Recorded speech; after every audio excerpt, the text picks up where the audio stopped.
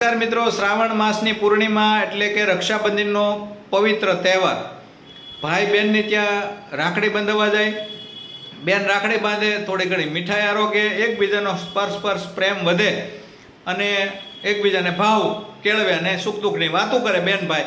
આ પવિત્ર તહેવારની અંદર આજે મને પણ અનુભવ થયો છે, તમારી સાથે હું શેર કરું છું. કાંઈક મુહૂર્તનું આ વખતે એવું હતું, દર વખતે હોય છે પણ આ વખતે મુહૂર્તમાં મને પણ એવું થયું કે ભાઈ અમારે એક બેને મને એવું કીધું, અહીંયા સગુનમાં રહે છે અને કાકાની દીકરી બેન છે. મને કે અત્યારે મુહૂર્ત નથી. મેં કીધું મને તોય બાંધી ગયો, વાંધો નહીં, મુહૂર્ત નથી તો હવે બધા લોકો બંધવે છે તો બાંધી ગયો ને, જે થાય શું થાય આમાં, તો કે ભાઈ ઉપર ભાર વધે. હવે દરેક ભાઈઓની ચિંતા બેન કરે છે તો ભાઈઓને પણ એટલું સમજવું જોઈએ કે આપણે જે વસ્તુ મોઢામાં બીડી, સિગારેટ, તમાકુ, ગુટખા વગેરે અભક્ષ વસ્તુનું સેવન કરીએ છીએ ત્યારે એનું પરિણામ શું આવશે અને એ ભોગવવા માટે તો આપણે તૈયાર જ રહેવું પડશે, એમાં તો કોઈ ભોગવી નથી દેવાનું. એટલે આવી અભક્ષ્ય વસ્તુનું સેવન કરી અને જે આપણે બીમારીને હાથે કરીને શેરી વળાવી સજ્જ કરીને આપણે લાવીએ છીએ તો એના માટે લોકોને જાગૃત થવું જોઈએ. આ સલાહ નથી દરેક મિત્રો, પહેલાં તો ખાસ આ સલાહ નથી, આ ખાલી સંદેશો છે. આજે મને જાતે અનુભવ છે, મેં તો રક્ષા બંધાવી લીધી છે, જે થવું હોય થાય.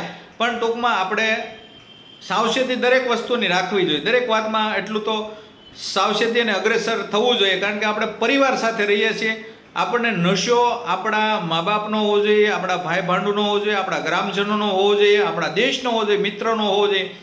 કોઈ સારા સાધુ સંતો હોય, આપણા ગુરુ હોય, એની વાતનો નશો હોવો જોઈએ, અથવા તો આપણા કોઈ સંબંધ છે એ સંબંધનો, પરિવારનો નશો હોવો જોઈએ. પણ હવે આવી ફાલતુ વસ્તુને મોઢામાં નાખીને થૂક કરીને એનો જે આપણે નશો લઈએ છીએ, ફાલતુ નશો છે, આપણે નથી ધાર્યું, આપણી કલ્પના નથી એવું પરિણામ આનું ગંભીર આવી શકે છે. માટે દરેક લોકોને સાવધાન થવાની જરૂર છે.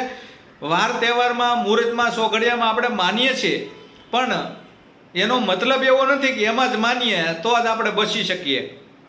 દરેક વસ્તુમાં, દરેક વાતની અંદર અગ્રેસર રહેવું જોઈએ અને વિચાર કરવો જોઈએ કે આનું પરિણામ કેટલું ગંભીર આવે છે. જે કાંઈ કાર્ય આપણે કરીએ છીએ, જે કાંઈ ખાઈએ પીએ છીએ, એ કેટલું ખાધા લાયક છે, કેટલું નથી ખાધા લાયક, આ બધી વસ્તુનું ખાસ અનુસંધાન રાખવું જોઈએ.